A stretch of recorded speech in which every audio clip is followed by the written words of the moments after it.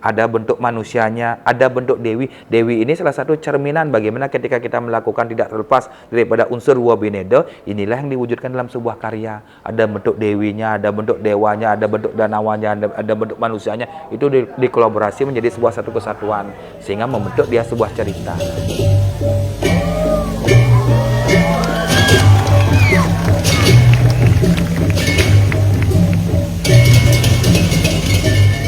Dengan adanya perkembangan zaman, diperkuat dengan nilai teologi filosofinya, bahwa di dunia ini bukan hanya buta kala, tetapi ada manusia-manusia juga yang memiliki sifat raksasa. Tidak ada masalah benar dan salah, itulah perkembangan zaman. Sama juga dengan di pura.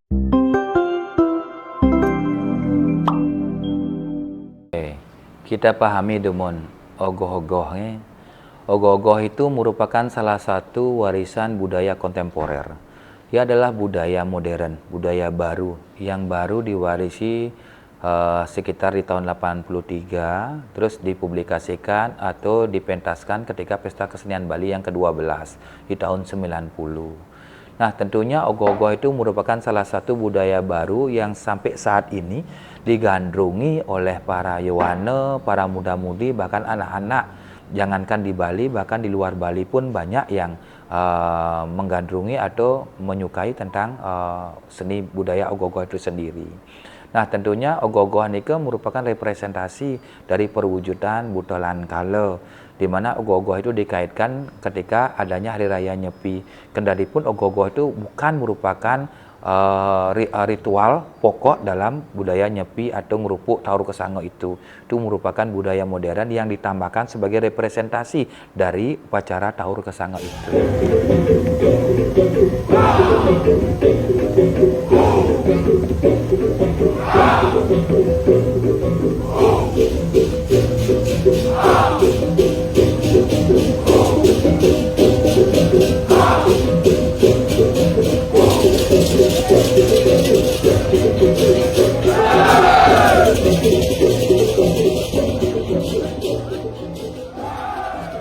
Nah, setelah adanya perkembangan zaman punika, ogoh-ogoh itu bukan hanya diwujudkan dalam wujud buta kala saja, tetapi diwujudkan dalam bentuk sifat-sifat dewa, raksasa, buta, bahkan manusia yang diimplementasikan, manusia yang tidak terlepas daripada sifat-sifat satripu, satetai, sehingga di mana ogoh-ogoh itu pada saat ini dipakai juga untuk media kritik sosial, untuk sebagai salah satu cerminan bagi masyarakat tentunya, untuk supaya bagaimana kita bisa mencari sesuatu hal yang lebih baik. Nah, tentunya keberlangsungan ogoh-ogoh ini tidak bisa semata-mata hanya dilanjutkan oleh para yowana, oleh desa adat. Nah, tentunya ada sinergisitas di sini, baik dari pemerintah, baik dari desa adatnya sendiri, baik dari yoananya sendiri. Nah, ketika hal itu tidak ada komunikasi atau sinergisitas antara satu dengan yang lain, tentu akan terjadi ketimpangan-ketimpangan. Karena tidak semua banjar atau yowana mampu untuk mengaplikasikan sebuah karya meskipun dia memiliki kemampuan SDM. Namun itu semua terkait dengan bantuan dana, ya kan, bantuan-bantuan yang lain, sehingga itu bisa dilanjutkan. Nah, pada saat ini ogoh-ogoh bukan hanya di Bali, bahkan di luar Bali pun seperti di Lampung, di Jawa dan lain sebagainya, di Surabaya bahkan diadakan parade lomba ogoh-ogoh. Nah, itu merupakan salah satu apresiasi budaya. Bukan berarti dia mengambil, mengcopy paste budaya Bali dia bawa, tidak. Tapi karena kecintaannya terhadap budaya Bali tersebut, nah itu diapresiasi oleh teman-teman atau saudara yang ada di Lampung, yang ada di Surabaya ataupun wilayah yang lainnya. Itu merupakan salah satu apresiasi budaya karena taksu ogoh-ogoh itu sangat luar biasa. Nah, inilah yang menjadi salah satu budaya populer pada saat ini.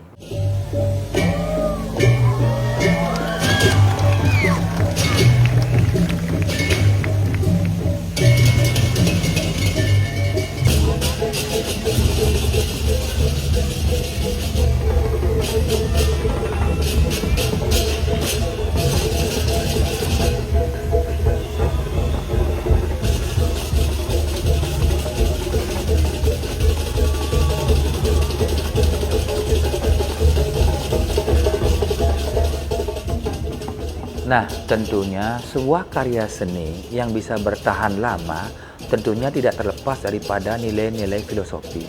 Ada tattoo, susila, dan acaranya. Tatuo itu adalah tutur atau sumber literatur.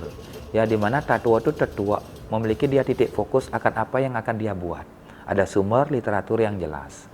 Nah, terus etika, bagaimana kita berkesenian memiliki sebuah ugar-ugar psikosopat atau aturan main dalam sebuah berkesenian. Ya, kita harus memproses diri kita, belajar, membaca, berkarya, dan seterusnya. Tentunya kita harus ada kematangan dalam diri, beretika dalam diri. Acara itu implementasinya adalah sebuah upakara atau sebuah karya yang kita buat. Nah, ketika tatuonya jelas, etikanya dijalankan, tentu acara dalam sebuah karya itu akan menghasilkan sebuah karya yang sangat luar biasa. Kan seperti Nike. Nah, tentunya bagaimana para seniman menilai sebuah kesenian tersebut. Nah, sekarang ketika kita berbicara ogoh-ogoh, tentunya seorang seniman atau penikmat seni atau dalam kategori lomba, juri itu sendiri harus mengerti dan paham tentang konteks yang akan dilihat. Nah, contoh kesange sekarang. Ada lomba. Nah, ketika lomba itu dibuat, harus jelas ada ruang lingkup. Ketika ruang lingkup itu tidak ada, tentunya akan bias memberikan sebuah penilaian. Yang kedua, harus ada kesepakatan antara panitia, juri, dan peserta lomba ogoh-ogoh. Apa yang akan dilombakan? Tema apa yang akan dibawakan? Tinggi, rendahnya, bahan yang dipergunakan apa? Nah, terus kita membuat kesepakatan di internal para dewan juri, bahwa ketika kita lomba, dewan juri itu tidak boleh idealis membawa ala caranya dia. Dewan juri itu harus bisa lebih selektif bahwa ini adalah lomba dalam tatanan apa? Contoh, lomba dalam Kesange Festival yang dilaksanakan oleh Yowana Kota Denpasar. Berarti kita harus membawa penilaian ala Kesange Festival Kota Denpasar. Tidak boleh membawa ala keinginan dewan juri itu sendiri. Ini yang harus disepakati, Dumun. Temanya sudah jelas, kriteria sudah jelas, ruang lingkupnya sudah jelas, rasa yang dimiliki oleh dewan juri ini jelas. Nah, ketika rasa ini jelas, kita buat aturan secara akademik. Ya kan, satu ada konsepnya yaitu ideoplastisnya. Ada konsep, ide, dan gagasan. Itu yang kita pegang, Dumun. Idenya apa nih? Konsepnya apa yang dibuat di tahun 2026? Oh, kita akan membuat Jala Sidi Suwete, memuliakan air. Bagaimana kita bisa memuliakan air? Terserah nanti para peserta akan membuat ogoh-ogoh bentuk apapun itu. Buta kala, dewa, manusia, atau apapun itu. Yang penting idenya jelas. Nah, idenya ini harus ada ruang lingkup batasan, tidak boleh liar. Contoh, kenapa kamu buat ogoh-ogoh seperti ini? Ya Pak, karena saya terinspirasi dari kejadian banjir yang dialami Bali, khususnya di Kota Denpasar. Boleh, kamu akan buat karya seperti ini, silahkan. Tetapi ide puniki harus dikolaborasi dengan literasi yang jelas, daftar pustaka yang jelas. Salah satu contoh, berbicara banjir, berbicara kondisi keadaan bencana, harus ada sumber literatur yang jelas. Salah satunya adalah Rogo Sanggaragumi. Nah, dari sinilah kita belajar membaca. Rogo Sanggaragumi ini berbicara tentang situasi, kondisi, keadaan dunia ini tidak baik-baik saja. Ada solusi, ada penyebab di sini. Disinilah kita combine, kita kolaborasi dengan kondisi keadaan banjir yang dialami oleh Bali tersebut. Apa yang harus kita lakukan? Disinilah konsep ide gagasan itu penting. Ya, kita belajar dulu, melihat dulu, mendengarkan dulu, baru kita gambar berdasarkan sketsa apa yang ingin kita buat. Nah, ketika ideoplastisnya jelas, konsepnya jelas, idenya jelas, baru kita beranjak ke psikoplastis. Nah, psikoplastis itu tentunya dibagi atas 3 tahapan. Ada bentuknya, ada rancang bangunnya, ada kreativitasnya. Bentuk ini kita bagi lagi. Bentuk itu ada anatominya, ada pewarnaannya, ada komposisinya di sana. Rancang bangunnya, kita lihat titik fokusnya di sana. Kekuatan daripada ogoh-ogoh tersebut, dia roboh atau tidak. Nah, terus dari kreativitasnya, bahan yang dipergunakan, kita sepakati di tema besar ramah lingkungan. Kita sepakati bahwa temanya pewayangan Hindu Bali. Di sini kreativitas yang kita nilai. Nah, sub dari psikoplastis yang 3 inilah yang kita berikan penilaian. Meskipun bentuknya bagus, idenya bagus, ketika kreativitas rancang bangunnya tidak bagus, itu akan mempengaruhi nilai-nilai yang lain. Nah, kemarin itu on the spot itu yang kita nilai adalah kondisi keadaan ogoh-ogoh dalam kriteria patung. Nah, patung yang kita nilai ogoh-ogoh dalam kondisi diam, ya kan? Ogoh-ogoh dalam kondisi diam, kita lihat bagaimana ideoplastisnya, bagaimana bentuk dan lain sebagainya, kita nilai dia.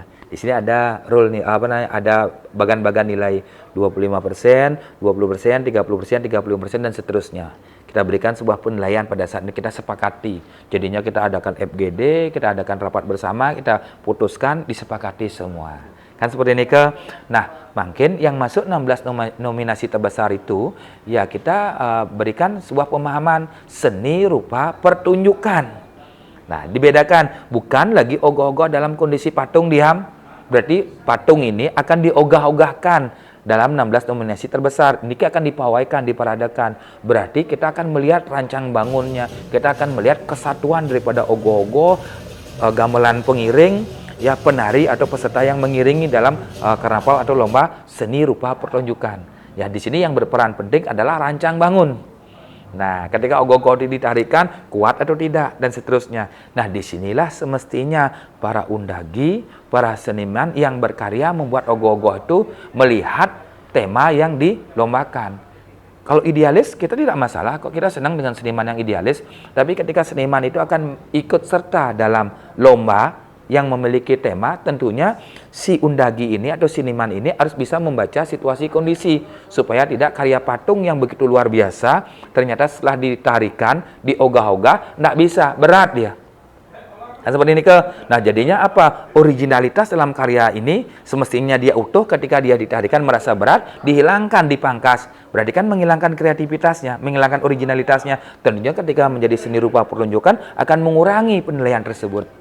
Nah, inilah ketika kita memiliki sebuah kemampuan dalam berkarya, kita boleh idealis dengan karya kita. Oh, saya memiliki sebuah karya patung model instalasi atau model apa kita memiliki, tapi ketika kita akan mengikut sertakan diri kita untuk lomba, ya kita mau tidak mau harus mengikuti aturan tema yang diberikan untuk lomba itu. Situasi kondisi harus kita baca. Sama juga dengan juri. Juri ini memiliki idealisnya masing-masing. Tapi ketika juri ini menjadi sebuah satu kesatuan dalam sebuah lomba yang dilaksanakan oleh siapapun itu, ya kita harus ikut dalam keputusan itu. Nah, inilah salah satu hal yang kita lakukan kemarin, aspek-aspek penilaian itu. Nah, ketika ideoplastisnya, psikoplastisnya, seni rupa pertunjukannya sudah dipahami dengan baik dan benar, akan membentuk sebuah nilai Satyam Siwam Sundaram itu.